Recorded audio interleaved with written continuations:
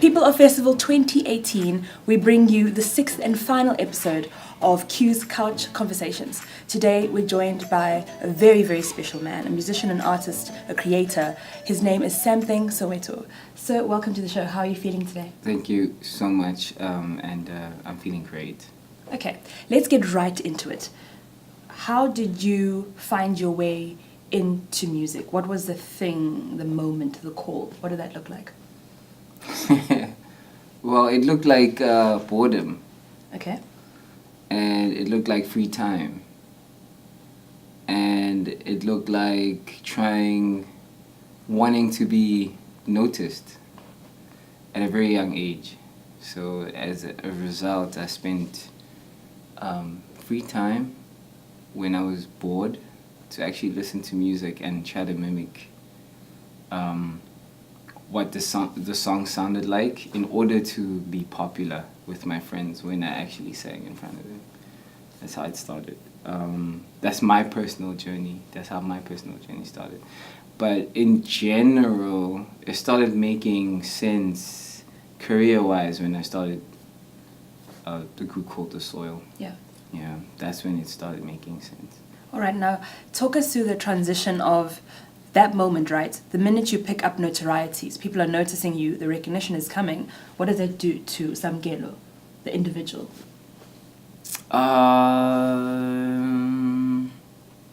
It just, for me personally, I'm just happy that I get noticed. Mm-hmm. Because I feel like I'm the type of artist that has operated for a very long time in the shadows. And it's nice to come out in the sun. Nice. Yeah. Okay. Take us through some of your songwriting processes, or when you're with your band and you're just jamming. How do you guys come together? How do you conceive of the music and the lyrics and whatever makes its way onto paper? Oh yeah, like it's funny you said paper, because very few people write on paper now when it comes to lyrics. But yeah, for me, the process starts with like a melody. So I have a melody, and then I'll introduce the melody to the group, my band of guys that I play with, and we'll just work on the idea, the melody, but no lyrics are written really. And often that process takes to anything from a day to like a year.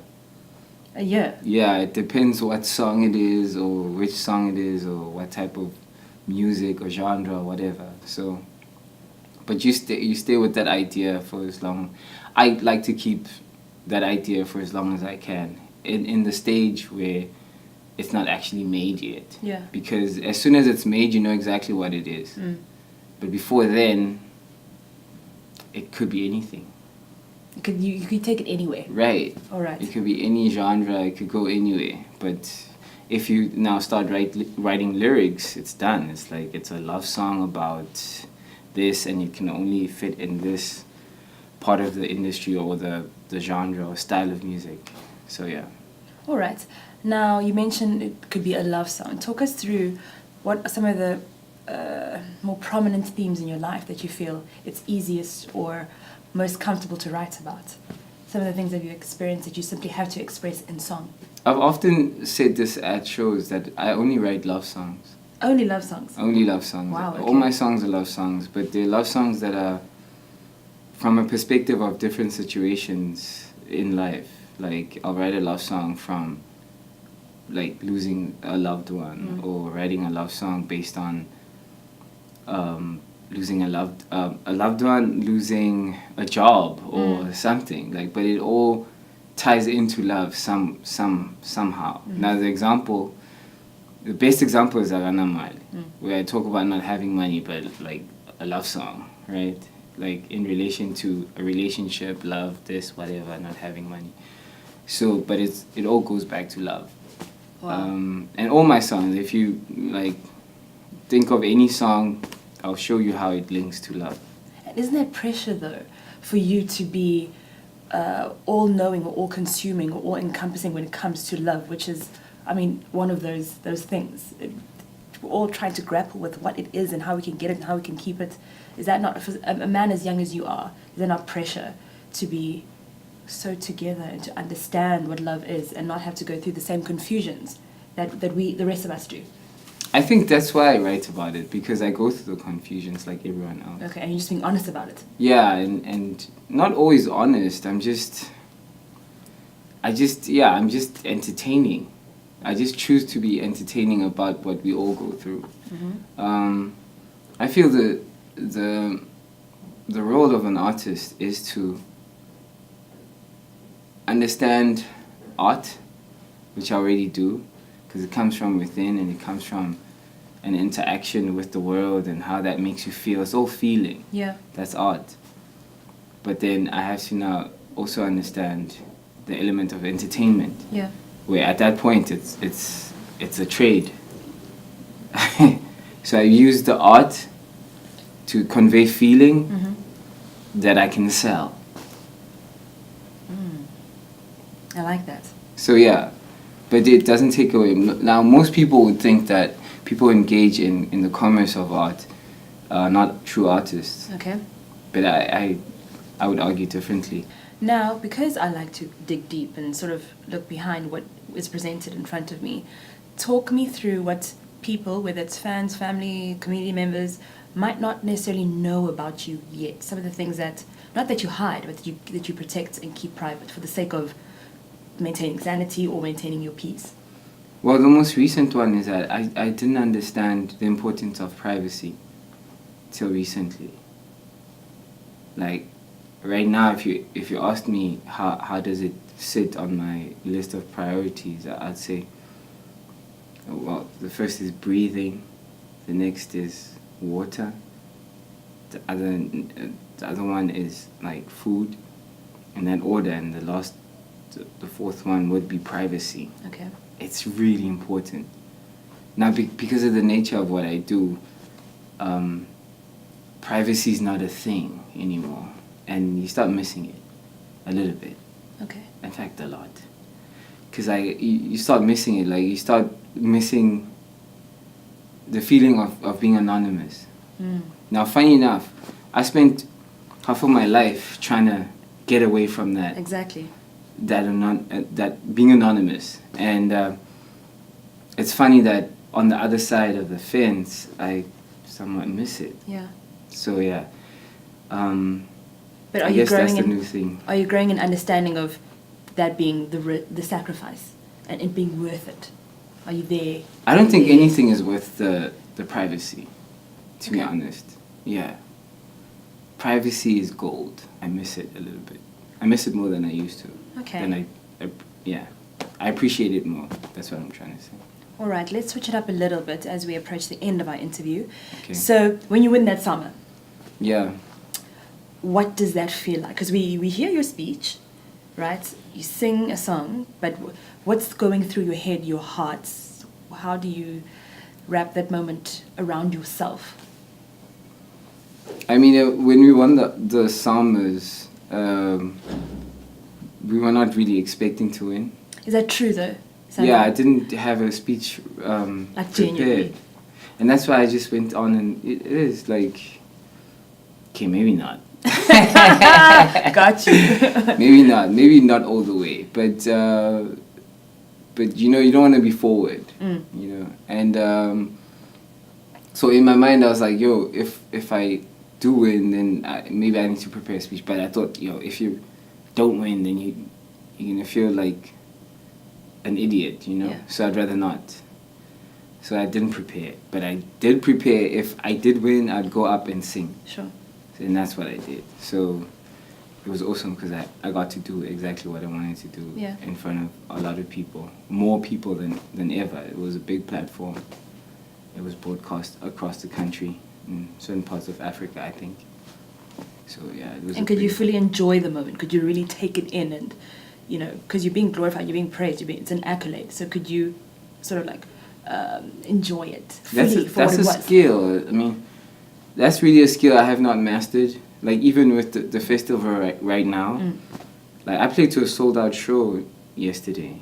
And if you ask me, did you really enjoy it? I was too consumed by the performance and what I had to do after. which is trying to interact with everyone that showed up. That's my policy. I really want to perform and then go to the people that actually came to my show, because that's what I used to do anyway when I was only pulling like one person or two people to a show. So after National Arts Festival 2018, you go back to wherever you need to be, and you might be touring or whatever it is that's on the schedule. What are you projecting into the near future for yourself, for your music, for your band, for upcoming albums? What can we expect from you? Well, I mean, I was recording an album. Okay. And then I was reminded that I had shows here. So I had to kind of stop that. And, and someone asked me just recently, why don't you just cancel everything and just record your album? And my thing is like, often what most people don't understand is when you get shows, it's like you're being invited to your own party. Okay. So you can't say no, even if you have other things that you might need to do at the time that might seem more important at the time.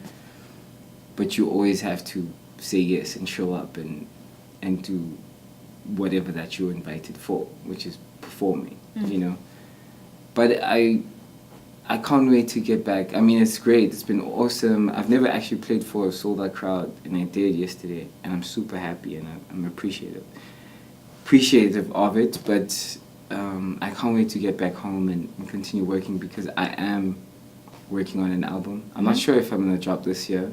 Okay. Because I don't like this time of the year to drop music. I feel like the best time is like beginning of the year, so people can live with the album. Yeah. And by the time it hits June, it's easy for them to actually come to shows and stuff, because they've heard the song so many times, lived with the songs, it's part of their lives. And I mean, I'm sharing insider information and trade information, but yeah, that's what I think personally you want to do as an artist. You want to release the music, have people live with it, and because like first quarter, second quarter, third quarter of the year is not like the best time, but it gets more interesting on the third quarter versus towards the fourth quarter, So if I do release anything now, it would be like definitely like a really dope single. Okay. Just to keep people talking, or like a nice feature or something. I've been working on some of those. Some of those artists are holding the songs. Okay. Trying to release for December, so everyone can. Of course. Yeah, and I still don't understand that practice, if you ask me. But yeah, I understand they have to make. They have to. They like that. That's what they like. Well, thank you so much for joining us on Couch, for taking a bit of time out to come and speak to us on Q's Couch Conversations, and we're wishing you all the best, not only for your shows tonight and tomorrow, but for the rest of the year, and we can't wait for your album to drop. Thank you, and thank you for inviting me. It's an absolute pleasure. That's it on Q's Couch Conversations. 6 episodes, amazing artists. We tried to diversify things for you, but of course we were also very sneaky. We had to have some of our own faves on the show, and I'd like to thank you guys for following, for watching. Thank you for supporting Q Media Online during NAF 2018. It wasn't easy. We had so much work to do, but because of the passion, the drive, and the arts, we had to bring you the best of the best, and we hope that we delivered in a satisfactory manner. I'd like to thank the production team, our producer Mthombeni, an absolute queen in the TV game, our assistant director Nhlakanipho, Mahlangu, girl, you're onto something really big, and I hope that this is going to help you develop your own career outside of this particular trade. And to thank every single guest that has been here with us. Thank you for your time, and we can't wait to see what comes out of your work, your life, your art, beyond the National Arts Festival. From Anima McBrown, your favorite host, thank you, and see you next year.